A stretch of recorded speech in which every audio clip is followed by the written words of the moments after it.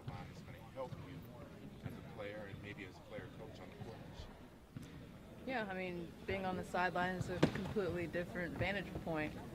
And for me, it was just an opportunity to learn, to grow my game without being on the court. There are certainly benefits. Physically, I'm ready to roll. I feel good. I wasn't pounding for 8 months, so this off season was really good for me. I'm excited to share all the things that I've learned with my teammates, collaborate with my coaches if they want, but it's been great. And what are some things that you did do to grow your game, or what elements have you taken from, watching the NBA players every day that you want to implement on the floor this season? Yeah, I mean, I think I've always been one that when I watch, I learn, I can do. And that's how I learned from a very, very young age. And that was from watching NBA from when I was, 2 until now. So it's amazing how when you watch film and you're with these guys every single day, they're, extremely talented and extremely skilled. So for me to be around that every single day, it's special. It's going to help me a lot. I was able to work with our player development staff with the Wizards, who to me are unbelievable, and just the things that I'm doing in my game and in my workouts, it's just gone to a different level. And how do you balance this all? WNBA player on the coaching staff. Last season you went down to Las Vegas for the Summer League. Just talk about the grind. Yeah, you just do it. I mean, I'm loving what I'm doing. I'm super excited to be playing right now. I'm very happy this is day one of training camp. I'm ready to get out there with my teammates and play. I love the path that I went in this off season in coaching and being around those guys and being able to soak all of it up and give my advice and knowledge when I could. But I think when you want to do something, you do it. And I love staying busy, especially when basketball's involved. Elena told us that that she didn't think that your basketball IQ could get any higher, and that it did from your experience with the Wizards. But outside of that, are there any other ways you think that it benefited you, the experience of being on that staff? Yeah, because I was around a great coaching staff every single day in the meetings, in the war room. So I was part of those conversations and just how they prepare and how they think the game and how we got our guys ready, and then getting on the floor with the player development guys, and then working with the guys individually, one-on-one. Just talking through the game, talking through their thoughts, what they see. It was good. It was good for me because we were able to collaborate, and because I know what I see and feel when I'm on the floor, just having their perspective and their feel. It's just taken me to a different level as far as me understanding, reading, learning the game. The coach mentioned that maybe you're a little chattier with some of the players, whether it's giving advice. Do you feel like that's the case, and do you feel like you'll play a more vocal role in terms of player coach? Yeah, I mean, I have to be more vocal, and I've gotten more vocal throughout the course of my career. And now just with the experience that I have, it's just I have more to share. And so I know my teammates want that. They're asking me all the time about different things, about me breaking down film for them. So I'm still in coach mode too as far as the video goes. I guess video is just my life now. But yeah, I mean, I have a lot to share. So, there's no point of having those experiences if you're not willing to share them with your teammates. And we have, a championship to go after, so I want to help in whatever way I can. Christy, what's different about your teammates now that they've been to the finals and they know what it takes to go on that run? Yeah, I mean, I think that they, expect it now. I think there's a level of maturity and a level of them knowing there's a responsibility, and everybody has to do their part.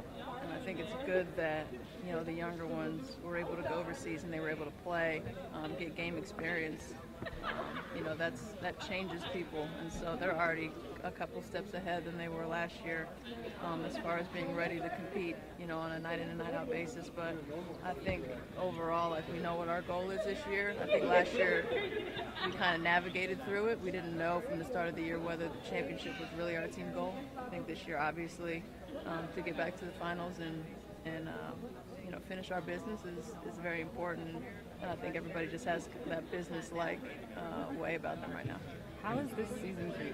The thing that everyone says after each game is run it back. I saw you have that as a hashtag, and just kind of reiterating what you just said about this year, and just having the opponents back in the East as well.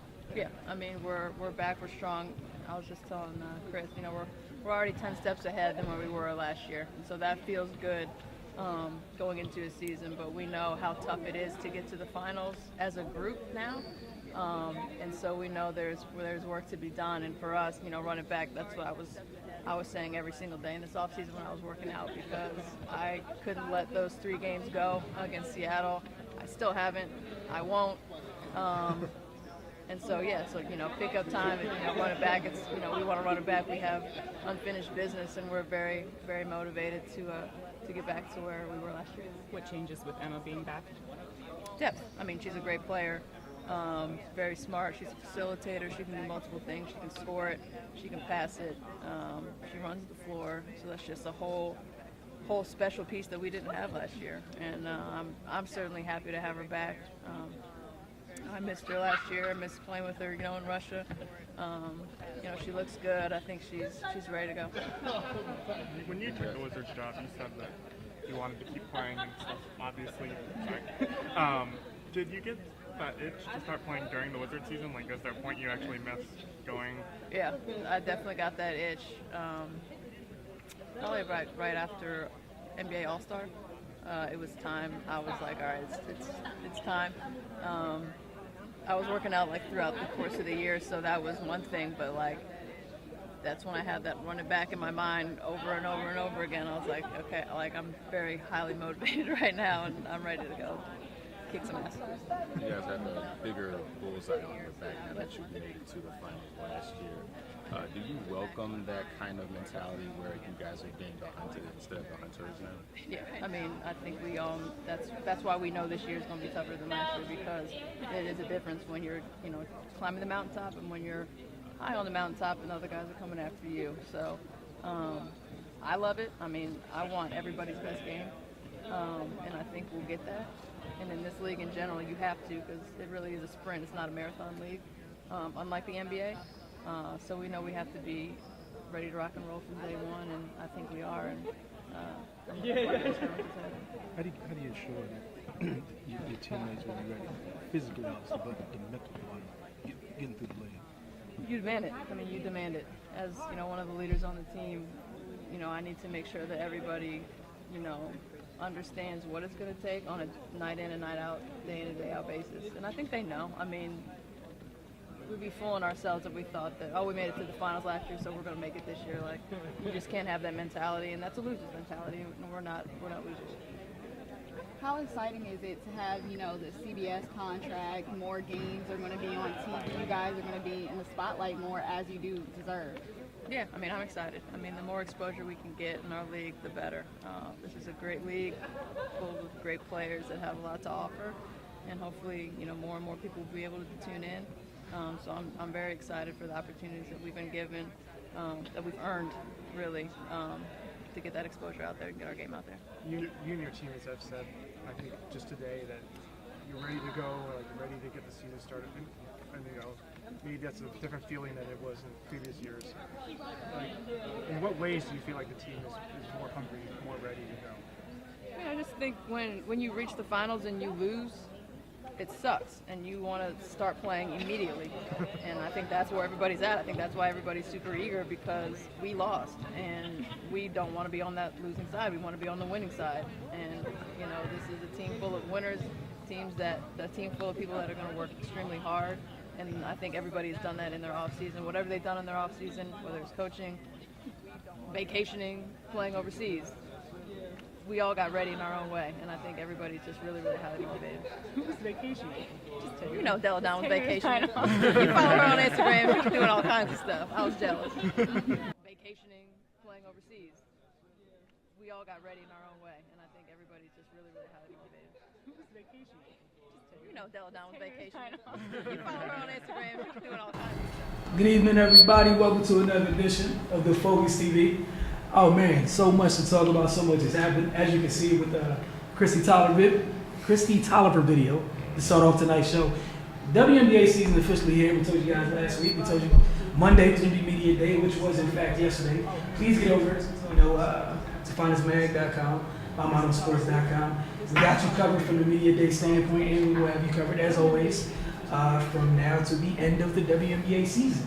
That being said, before we get into all the topics we're going to cover tonight, and those topics, we got some DC United.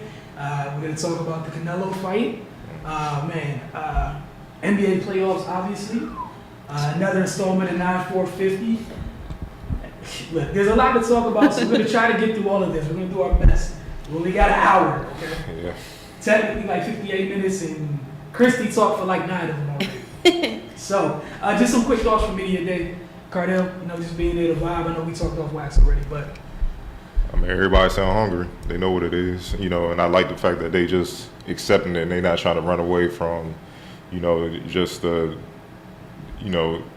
vibe that's been going on since the season. And, when Seattle swept them last year, it's just like pretty much that same team is coming back. Y'all added a talented player in the draft and Leslie.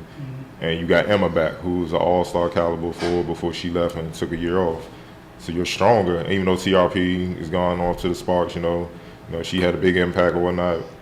Overall, as a roster, they're stronger. So I like the vibe. No one's ducking the challenge. They're like, yeah, we run it back. That's their motto this year. Let's run it back and let's go get this chip. Because obviously, like Chrissy Tolliver said, getting swept sucks. It's not a good feeling. And especially losing the final game at home in front of your home crowd. And they were honestly. I think with the outside one game where it was close, they were thoroughly outplayed.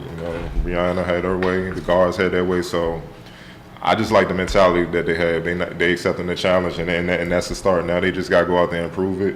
And, that's going to take time. So, I like Emma's approach. She was more like, this is a process. Let's get to the playoffs first. And then let's go from there. Let's take things, step by step. That's how she is. And I understand that. It's just being a veteran. Taking it one day at a time and stuff like that, because we've seen plenty of teams in the past at all levels. They come in high expectations. I mean, look at one team right now on the men's side of things, the Celtics. Yeah. I mean, they went in the Eastern Conference Finals, a couple games from taking on LeBron. And, the Cavs, without Kyrie and Gordon Hayward now, they down 3-1 with those guys. And those young guys that were balling last year, mature. So that's sports, though. It don't take much. So, I just like that they there, and we'll see when the season starts. Yeah, I definitely like the energy, the edginess. Yeah. And I'm happy they feel that way. If they felt, like I said, if they felt a different type of way, trust me, we have a lot to say, because you can't feel good about how that ended. And we talked last year, it felt at times kind of like they're happy to be here at times during the finals, and they matured from that quickly. It feels like they have. It hurt this offseason. It feels like that to a man on their roster, to each and every woman on their roster.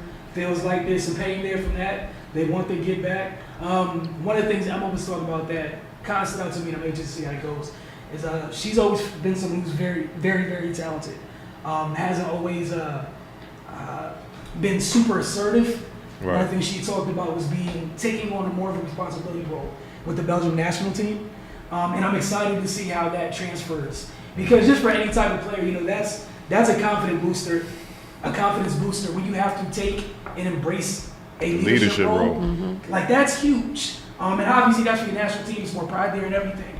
But still, she's still a young player. For her to, I felt like that was kind of the one thing kind of missing with her, was ownership of, yes, you're very talented, but owning that, wanting that leadership stake.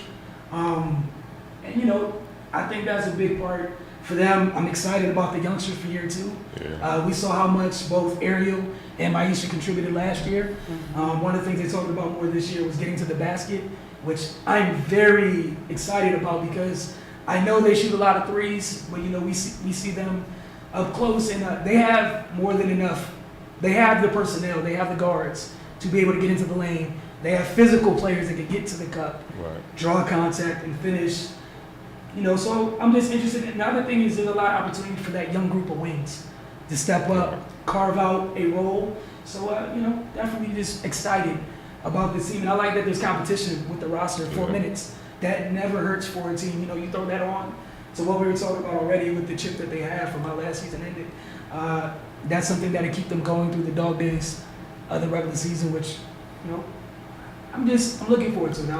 I like the vibe. It's just a sense of urgency that I feel is missing across sports. I think a lot of people take being in a certain position for granted, like it's guaranteed to be there, and it's like, homie, you may not ever get back. Yeah. You may not get back to the playoffs ever again. Like just open your eyes and get over yourself and just look around. You know, and I have a guy that graduated same year I do from high school who's all world in the league, like, Carmelo Anthony, and he's out the league now. You see what I'm saying? And you would have thought when he was making waves in Denver and stuff like that, man, they're gonna be a power in the Western Conference. And Denver kind of went down until this wave came in, and he's out of the league now. And LeBron's not in the playoffs, and D Wade's retiring. It's Chris Bosh and Lauren retired. It's a different way. It goes quick, man. Yeah. So it's a sense of urgency, whereas, and especially like the WNBA with how their turnover is. Somebody in the league this year, they may not be in the league next year. They may be on a different team depending on the salary cap and everything. This is a special group. It's a very, very. This is by far the most talented Mystics team probably ever. You know what I'm saying? It's not even close. So they have a chance, especially Stewie, the Beast. She's gone. She's now. It's wide open. So I know the Spartans got strong. You both know we keep an eye on Atlanta. They got their dog back. They got Angel back, and them bigs took the Mystics to the brink, but they pulled it out. Even though the Mystics were injured and stuff, Delanar was coming back. She was hurt, but that's what I'm saying. You see what I'm saying? Like, what if she didn't come back? They wouldn't have made it to the finals. See, it don't take much. So it's a sense of urgency. Like this could possibly be their only time to capitalize on having a championship roster with a great coach, great organization. Everything there. They talked about the facility. Like, everything's lined up for them to do what they need to do. And I like that you brought up the salary cap, because ideally after the vets, like, it's a very young team. Some of those players haven't got that deal that they would get for being who they're going to be. Yeah. Yeah. So. And you can get that. You can come to the table and demand a certain amount when you got a championship on the resume. So yeah, they just got a ball up, and I think they will. Yep, I'm just so happy about all the different type of lineups they can throw out there. Oh, it's gonna be bad. Again, a healthy Latoya Sanders. They, like you said, the championship window. They got to take advantage of what's in front of them. We're gonna take a quick break. When we get back, Cardell, you gonna talk about this Canelo-Jacobs fight? I got some DC United news, and you're watching the Focus TV. We'll be right back.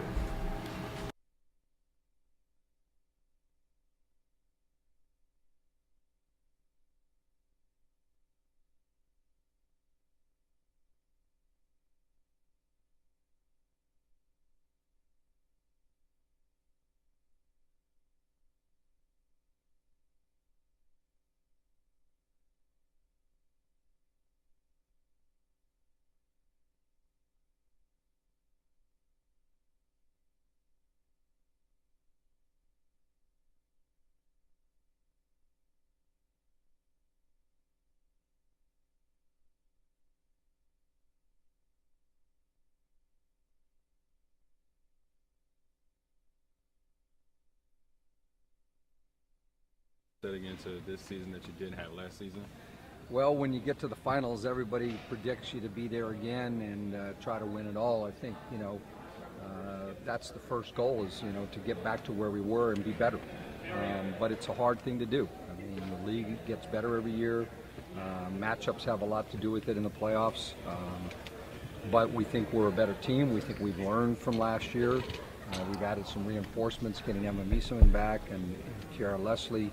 And so I think that on paper, which is a nice thing to have, is it we can compete with all the top teams and give ourselves a chance to go back to the finals.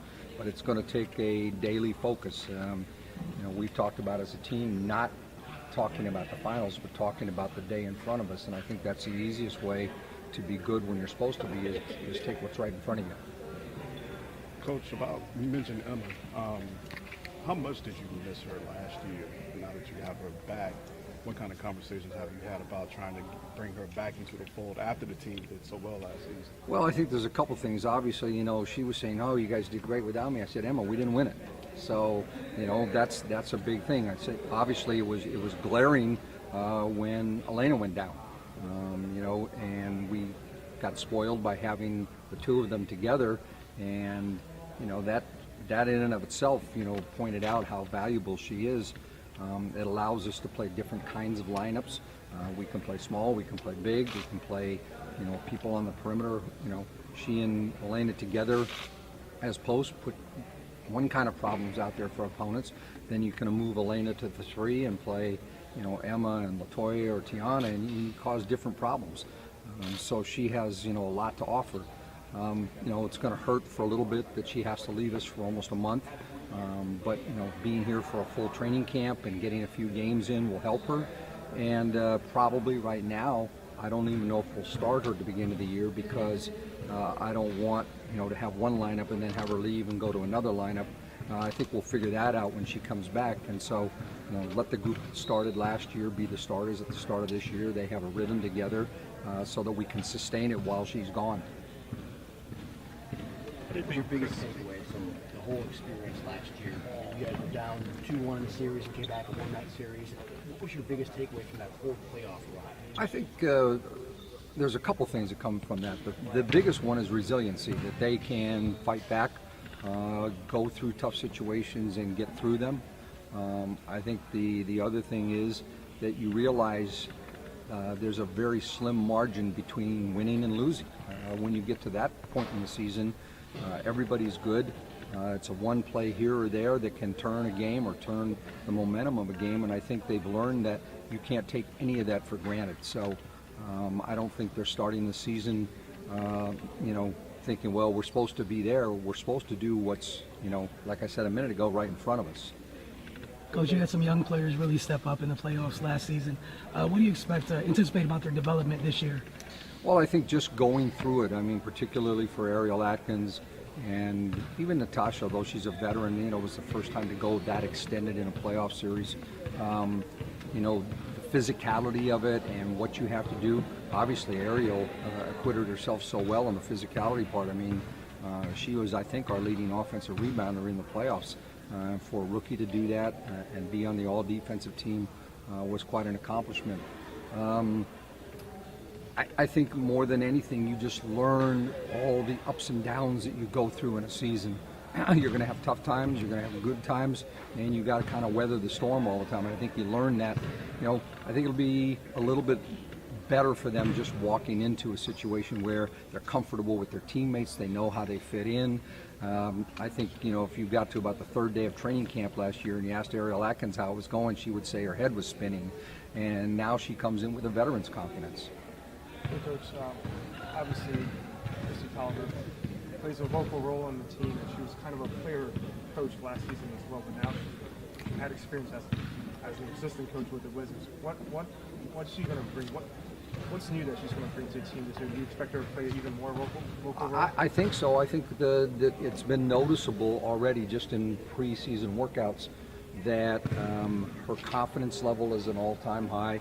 Her ability to talk to her teammates both on and off the court has changed. She's, for lack of a better term, a little more chatty with everybody, coaches included. I told her, that there's going to be lessons she learned this season in the NBA that she can bring back. She could be upset with a player and then say, okay, turn that around, and don't be that player either. Hopefully, it's been a great experience for her. She says it has, and I think it will help her through the course of the season do a good job of communicating with her teammates. Coach.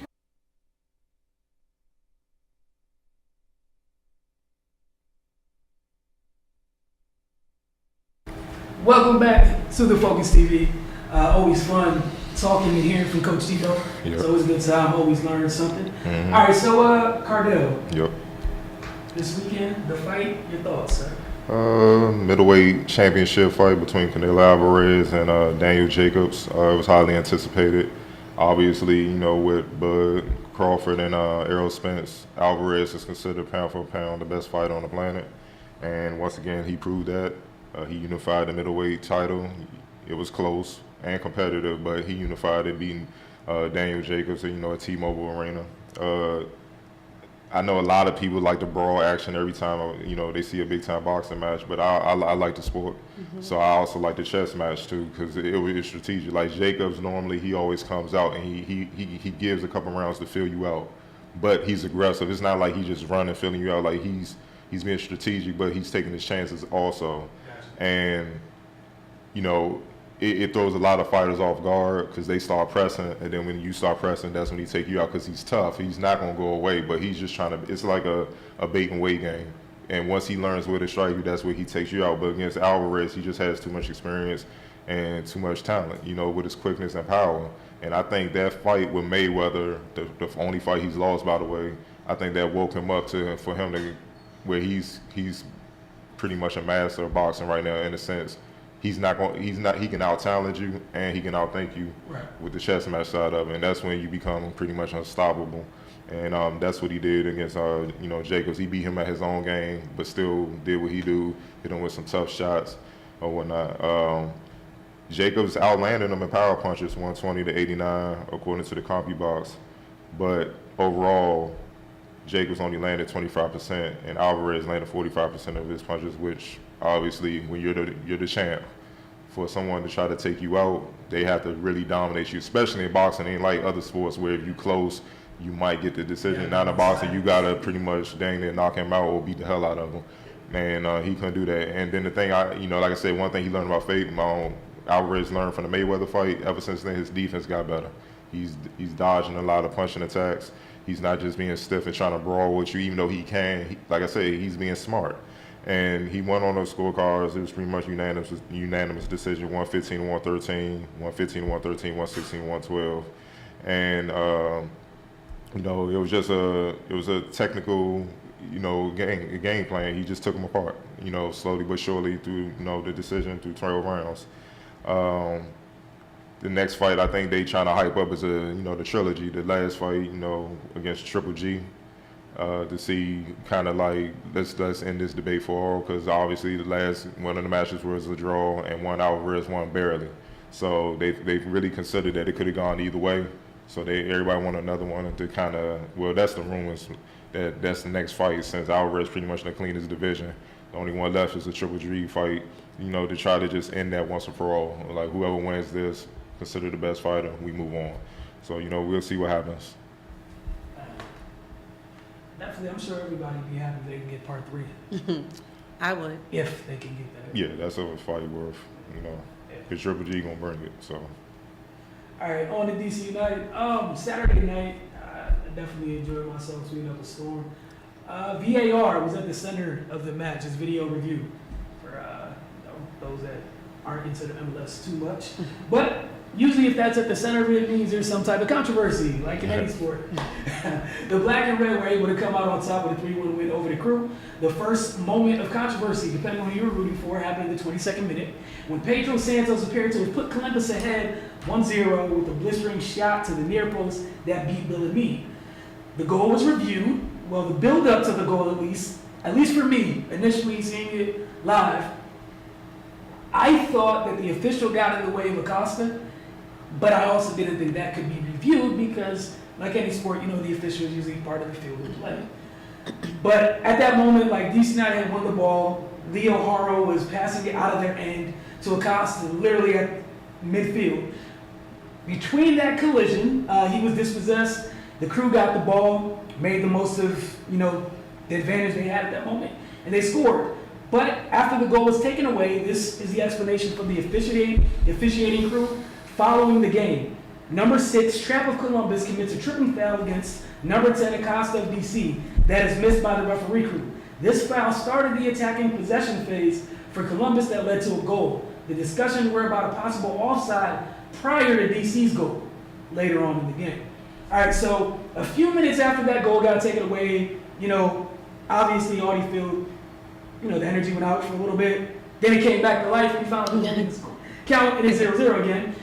Luciano Acosta punched in a block shot after a winning free kick to put them up 1-0. It's a wild swing of emotions for both fans. In stoppage time in the first half, another video review determined that a handball occurred in the Crew's box. Again, Will Trapp was involved. Rooney took the penalty kick. Last year in the playoffs, Steffens, the Crew keeper, he blocked Wayne's attempt in the shootout that helped Columbus advance past DC. This time, Rooney blasted one pass without scratched hands, but again, shout to Zach Steffens because he again guessed the right direction. Areola made it 3-0 in the 61st minute. It started when Leo Haro won a ball on the sideline and started a run all the way to the inside box. He got in front of the defender, kind of slowed down to buy time for a trailing Paul Areola. Clever little back heel Areola, took the shot, didn't waste any time. Aimed for the far post. It kind of ricocheted, it caught a piece of a crew defender, which kind of helped to get past Steffens, but still, you know, three goals is 3 goals. DC United fans would take that. Their lone blemish of the evening, outside of a pretty good defensive night, was Bellamy couldn't, it was like a routine ball, it was a routine service on a corner kick. Bill went up to get it, it just kind of squirted through his hands, and that was the one goal that counted for Columbus that evening. DC United played a 3-4-3 in this match, and what really stood out was they played their 3 center backs at the back. But Donovan Pines, the homegrown rookie, he was outstanding. He was the middle. He played in between Frederick Briand and Steve Birnbaum. He was outstanding all night long. He won the matchup with Giazzi's artist who plays for the national team. And Donovan Pines at 6'5", has little people feet. He glides around the field with, it's just, for some things, moving is easy for people. You know, they move at different frequencies. He's one of those guys where, yeah, there's obviously he has room to grow with the mental side of the game, but the stuff he does physically, you can't teach to people. You have it or you don't. One of the moments that has stood out the most, again, Zardes is one of those height, weight, speed guys where he gets in open field. There's nobody in front of him. It's pretty much curtains. It's between him and the keeper. He had that opportunity. Donovan Pines literally swallowed up the distance in 3 strides, cut him off, and won the ball back. And it was extremely impressive. This is from Ben Olsen on Pines, DC United's coach. I thought he had a great game. He's becoming a little bit of a cult hero out there. He bails us out with his legs and his ability to read the game. He does it 5 times a half. He's going to be a good player for this team for years to come. Earlier news that came out from the team, per tweet, Donovan Pines sprained his medial collateral ligament. He's expected to be out for 2 to 4 weeks, so probably closer to a month, just for, you know, precaution, and it's a long season. There's no need to rush him back immediately. It's going to be interesting to see if DC United stays with the current formation with the 3 center backs, or do they go back to, you know, what we've seen for the most part during Olsen's tenure, which is just a 4-member back line. So I'll keep you guys updated on that. They have another home game this week. I believe they host Kansas City. All right, this week on the 9-4-50 breakdown, Jamal Hayward is showing us a mid-post option. Fake baseline, go middle for the pull-up. Again, it's a mid-post option. Fake baseline, go middle for the pull-up. We're going to take a short break following this week's installment of the 9-4-50 breakdown. See you soon.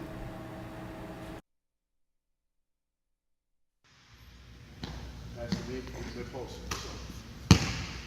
It's 4 dribbles. Back now. Here, they go middle. So, starting downhill. So what?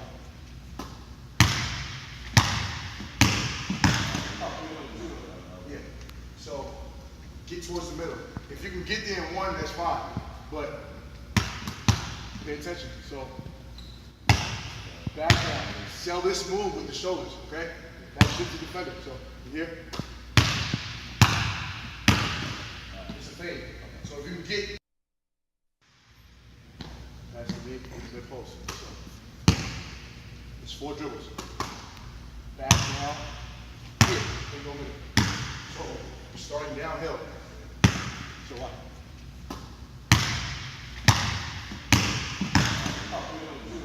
Yeah. So get towards the middle. If you can get there in 1, that's fine. But pay attention. So back down. Sell this move with the shoulders, okay? That shifts the defender. So here. It's a fade. So if you can get.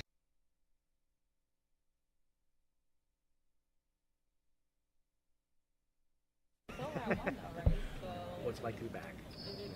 With target everything. Feels good. I think we're excited.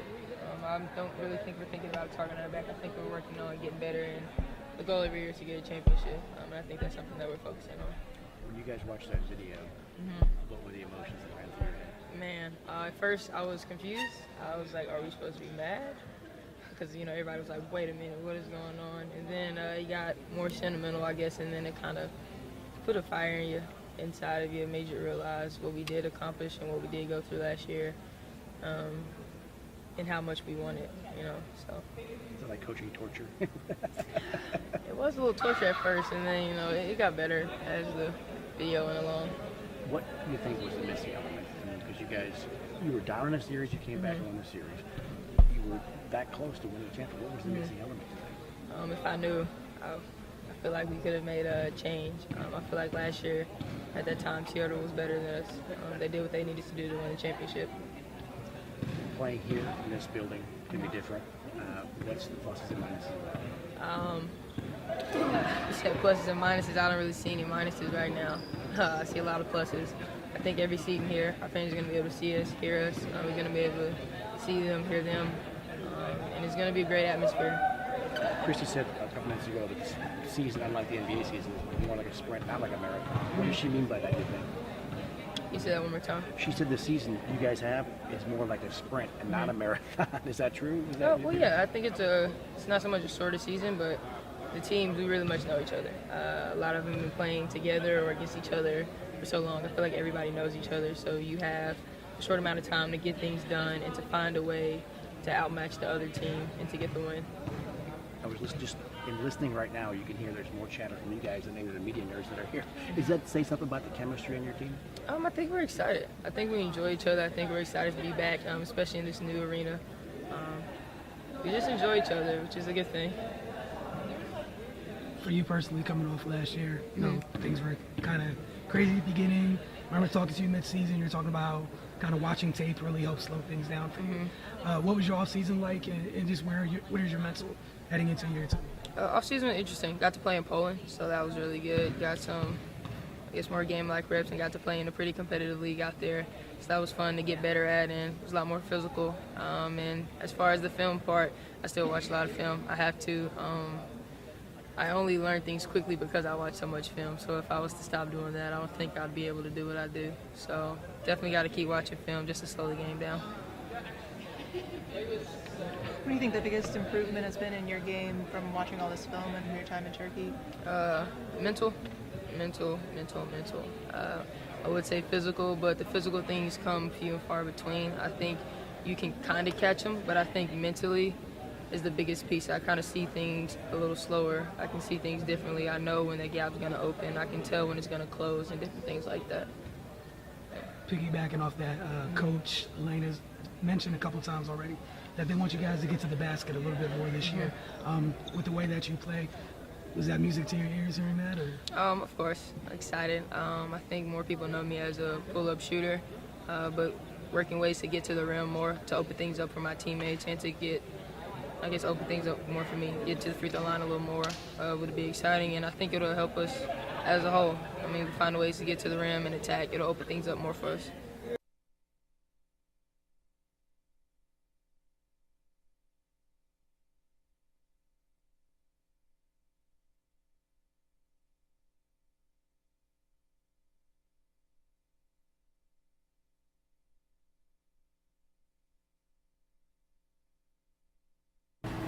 All right, welcome back to The Focus. Again, if you want to see more content from Media Day, get over to finestmag.com, mymamasports.com for more Mystics Media Day content. All right, NBA playoffs, man, we're going to take some time to talk about this because there's also much to unpack. Also much.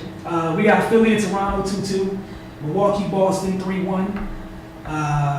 Dubs, Rockets 2-2, Portland, Nuggets 2-2. Where do y'all want to start this evening? I'm gonna let you choose. Yeah, you go ahead. I feel like I want to save the best ones for last. Okay. And it's hard for me to even pick which one's the best because all the series are really good. All right, go ahead. Let's start Denver and Portland. Okay. It's been a good chess match for me. I just feel like they both been kind of trying to figure each other out each game, and you can see the adjustments that happen after each game. And as well as Dame was playing in the last series, you can see how Denver has kind of like got him at bay. Like they've been paying close attention to him, which they need to. Cantor has kind of stepped up to me a little bit. I feel like, his defense has gotten better, although they keep saying defense isn't his thing. you know, you can see that if it's not his thing, his effort is there, and the effort is holding him, you know, to be able to do what he can do, as much as well, you know, as him going through some injuries. I know he hurt his shoulder, you know, he's been getting beat up and banged around down there, and he's still holding, you know, doing his best with the Joker, because every time I watch a Denver game now, I always think about Cardell when he always said, like, when he's aggressive, you can see the difference, and it's so true. Like, when he makes himself the focal point and he has to realize that he is the star. Like, I think that he's that type of person that's very humble and very quiet, kind of like Kawhi was when he first came in, or it's still kind of, but I don't think it's fully clicked in his brain that he is the go-to guy. Like, he has to be the one. And he's had some missteps. You know, he's had a lot of turnovers in the last couple of games. A lot of their turnovers as a whole team have really come from him. But, you know, it's a great matchup.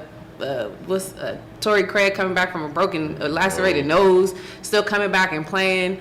You know, they went to 4 overtimes. Yeah. Game 3. I couldn't even get to the third one, y'all. I'm sorry, I passed out, fell asleep. It was a lot. And I took that out. I done made it this far. Keep going. It was one of those where, like, we're too far into it. Yeah, exactly. That's how I was, but next thing I know, I woke up and I was like, what happened? Dang it, I missed it. So I had to go back and watch the replays, but I think that's going to be a great series, you know, going forward. Cardell, any thoughts on that series? Like she said, when Joker's aggressive, they're a different team.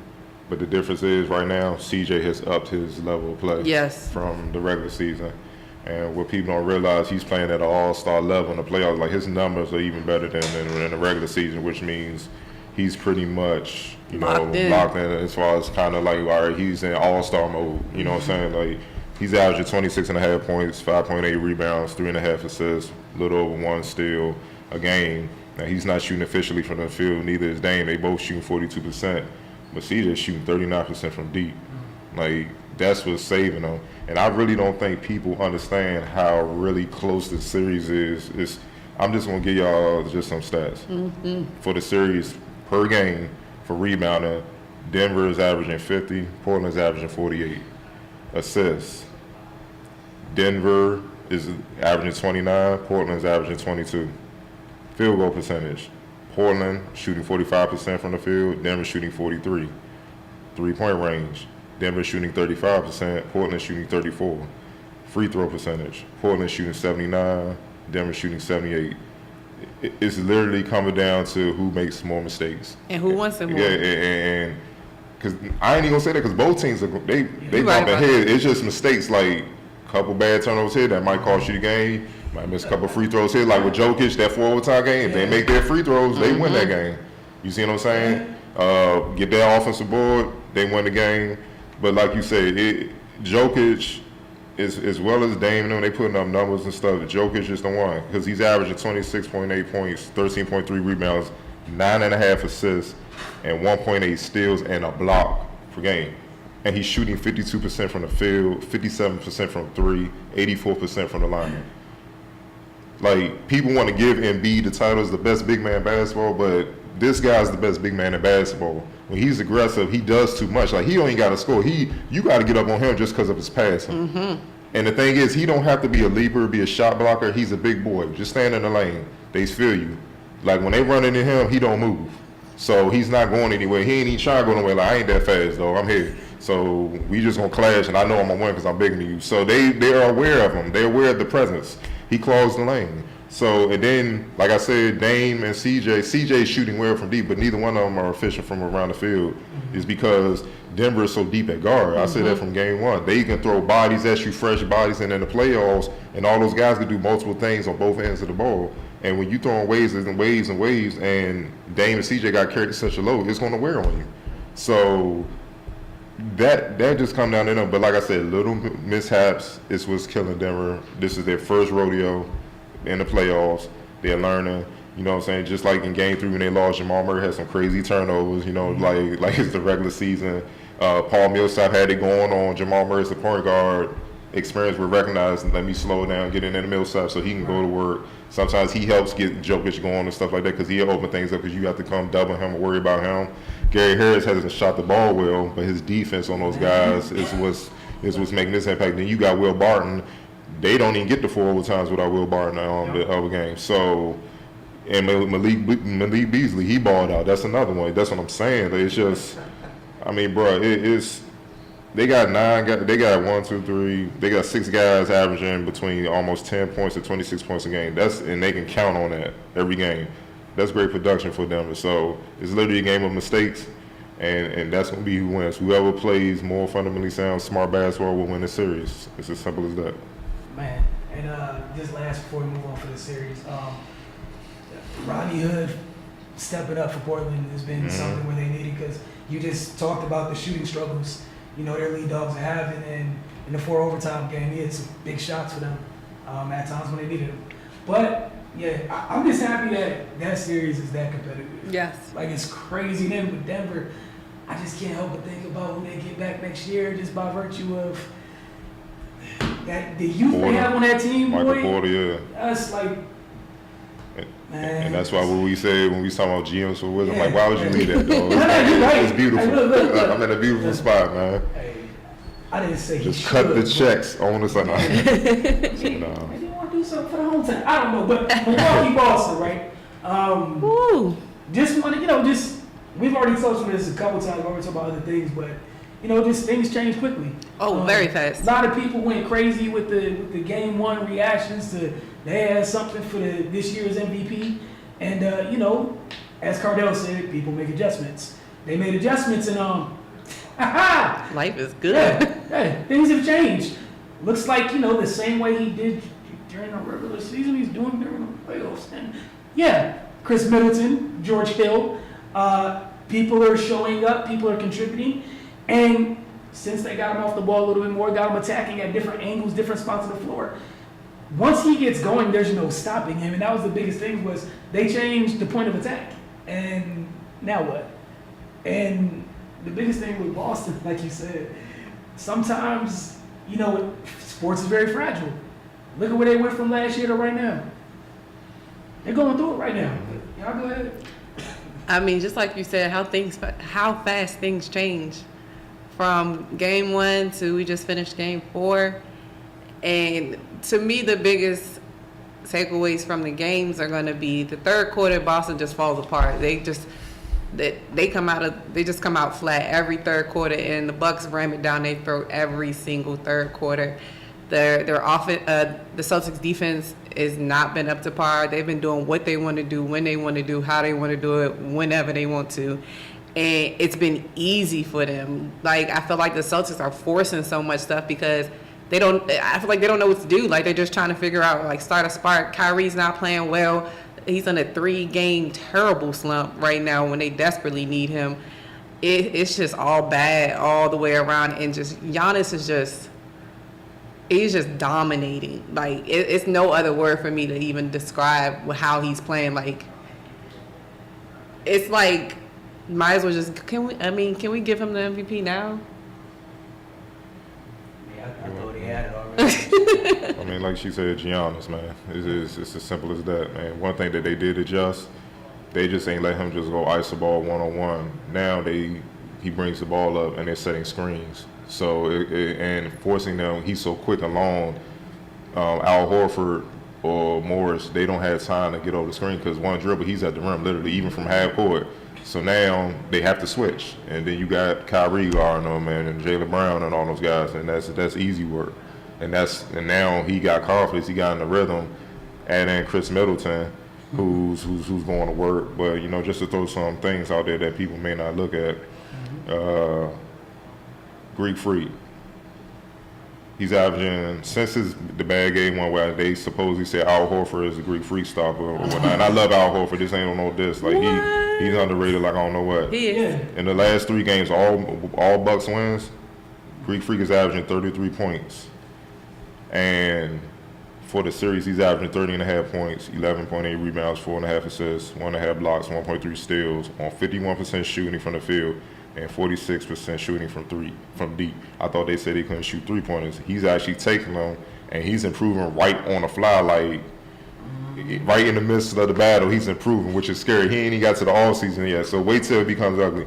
But to me, Chris Middleton has been the X factor. Dude is his scoring all around play. He's playing solid defense on Tatum, on Jaylen Brown. You know, Jaylen Brown's having a good series. On Kyrie and spurts, going to Hayward and those guys. He's averaging 19, 6, and 4, but he's shooting 50% from deep this series. I mean, I saw last game they had two dudes closing out on him when they rotated the ball. He was open. He's so hot. That's what's scaring them. Like they can't help no more when Greek Freak gets going. But then you got to look on the other side. Kyrie Irving. It's been a bad series. He's averaging 21, 7, and 5, but he's shooting 37% from the field and 24% from deep. The worst thing is, to me, with him being a point guard, he's attempted 83 shots this series. I just told you he's only made 37% of those shots. Second on the team is Al Horford with 50 shot attempts. So that tells you the shot disparity between the whole roster. Al Horford is not even an aggressive scorer like that. He got second attempt. That means you're doing a poor job as a point guard, getting guys going. Jaylen Brown just taking on it. He's just like, man, he's just the type of dude, I'm going to get mine regardless. Which, in the league, that's commendable. But most guys need to play within system, especially when you got a lot of guys that feel they can go to work.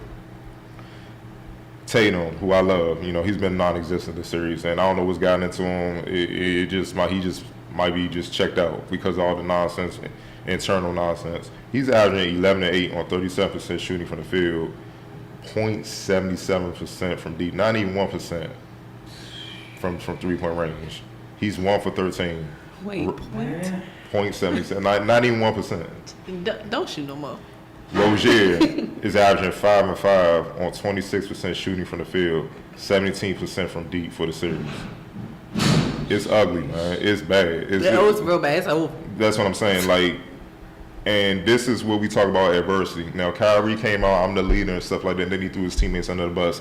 That just don't go away in some quotes, man. You see what I'm saying? I ain't even getting Gordon Hayward and everybody else who's non-existent. Leadership isn't talked about, it's just known. And that's through action. And when adversity comes, you see who's leading, whatever. Even when they lost yesterday, Kyrie already in the tunnel by the time the game over. You see what I'm saying? We already lost. What's the problem? Or even being, defiant in the post game. Man, I should have shot more. Why? You shoot 37%. No one says I think when people say be aggressive, it's like what Popovich said about Kawhi. When we say be aggressive, he used to meant that I need to score. What we mean by being aggressive, no, make the play. Yeah. Kyrie, make the play, be aggressive, make the play, not shoot more. You got Tatum going off. Al Horford's efficient. Brown going. Get Tatum going. Get Rozier going. Get your guys going. Get Morris involved. So he's doing a poor job as a point guard. And it falls on him. You want to be elite. You said this is what you signed up for. It's perks that come with success. But this is the other side of it when you don't get it done. You got to eat that, homie. It's just bad. You ain't leading. You saw Greek Freak. He ain't make no excuses. He had a bad game one. Oh, man, you ain't got a jumper. Hey, it's over. Hey, that's it. And he pretty much like, y'all are crazy. And he in kill mode. And they going about the ball to Milwaukee to end this thing. Yep. So let's move on. We see y'all next year. All right, so for time purposes, what's the last one we got left is Philly and Toronto. Try to make it quick to get through them and Golden State. But Philly and Toronto, quick thoughts on those two. Kawhi, gotta do what he do. He need a little Pascal Hoopman. He need a little bit more help from the bench on Toronto side.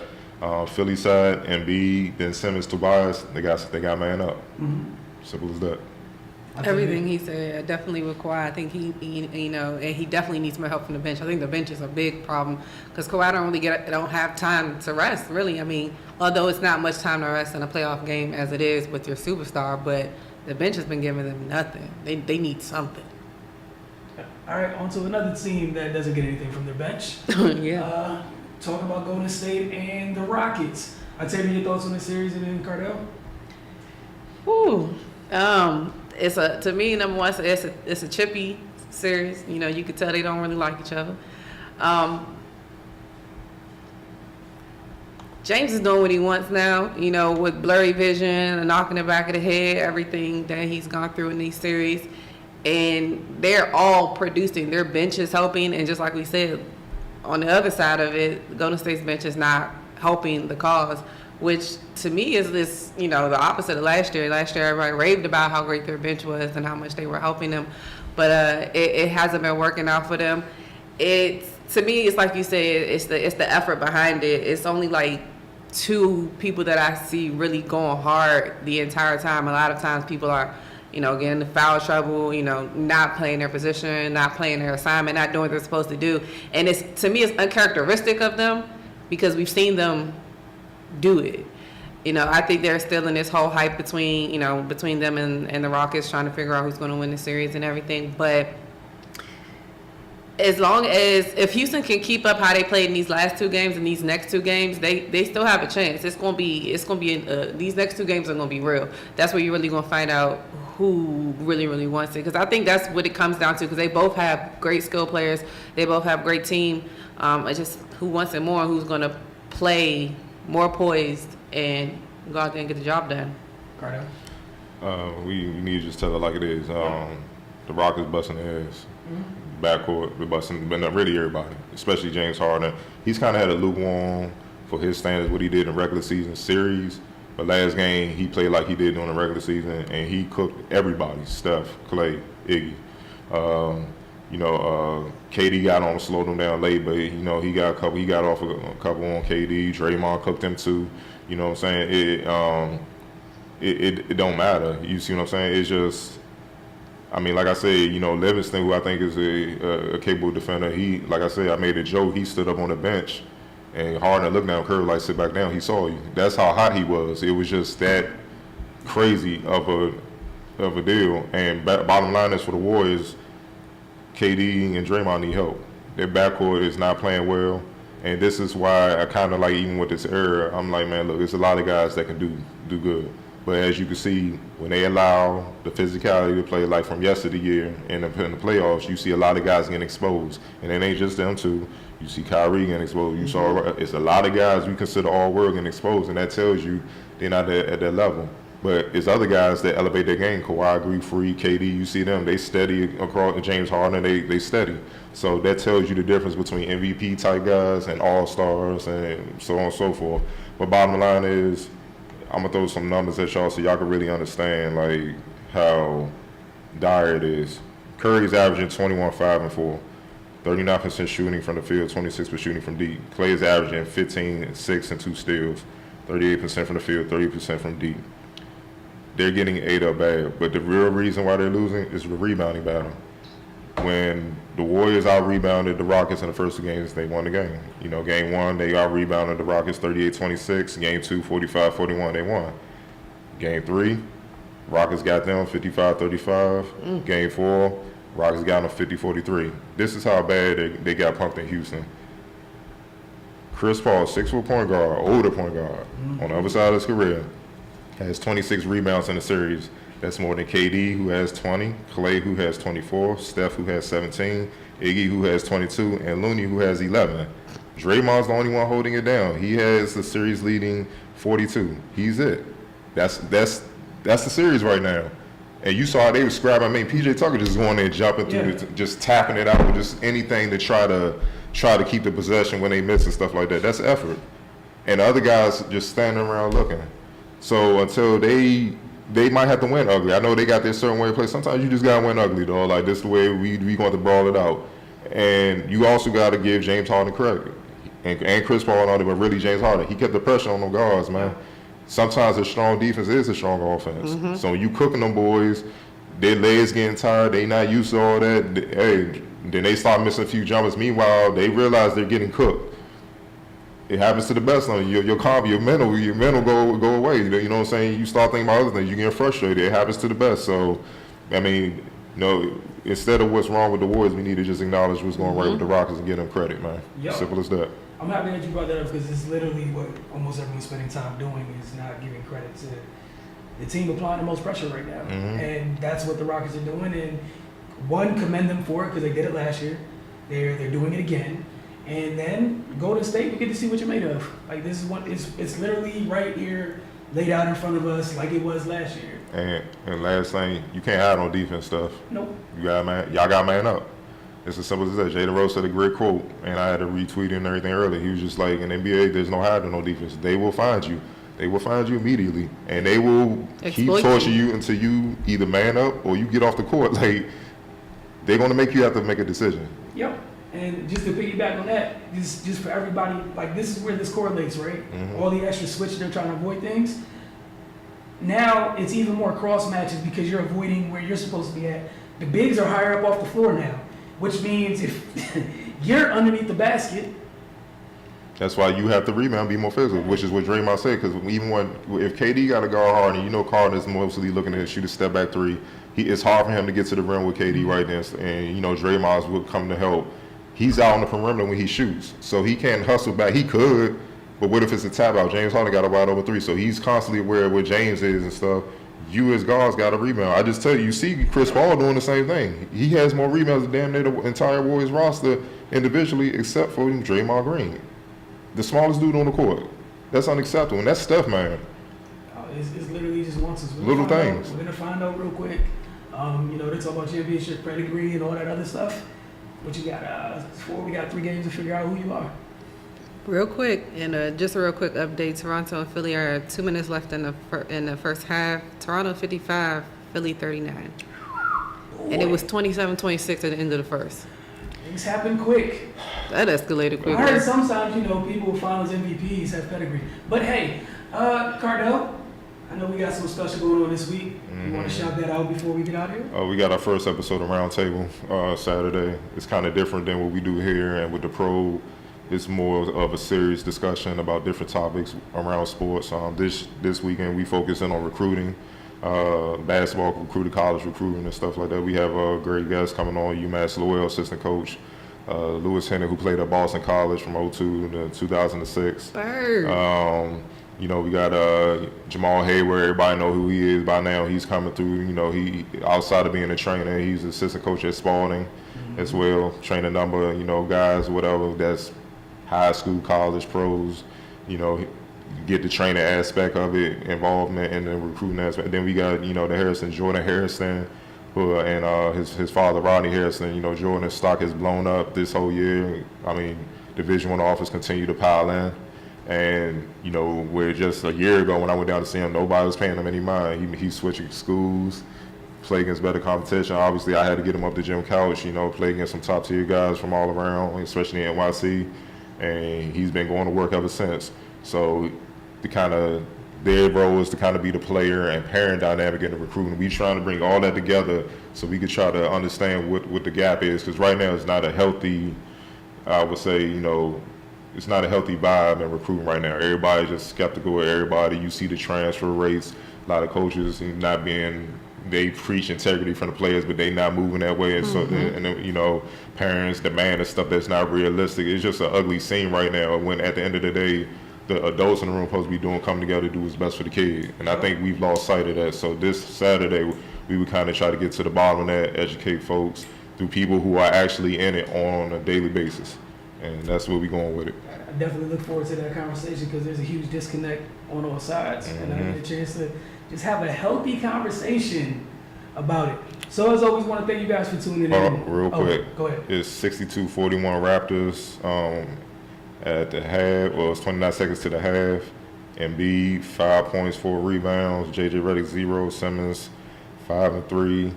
Meanwhile, on Toronto side, Kawhi, he got 11 and 10 already, 3 assists. Pascal Siakam got 15 and 3. Kyle Lowry 11, Danny Green 11, Marcus All balling, and Serge Ibaka got 6 off the bench. So yeah, they looking like they ready to put these boys away. Yeah, and Embiid had 5 at the end of the first quarter, just so you know that. So he still got 5. Lord Jesus. Wow. All right. Get over to FoxMac.com. But chemistry is overrated. Let me share. All right, that's what he said. Okay. Chemistry is overrated. Hey, thank y'all for tuning in. As always, thank you, Rodney. Catch you guys next week.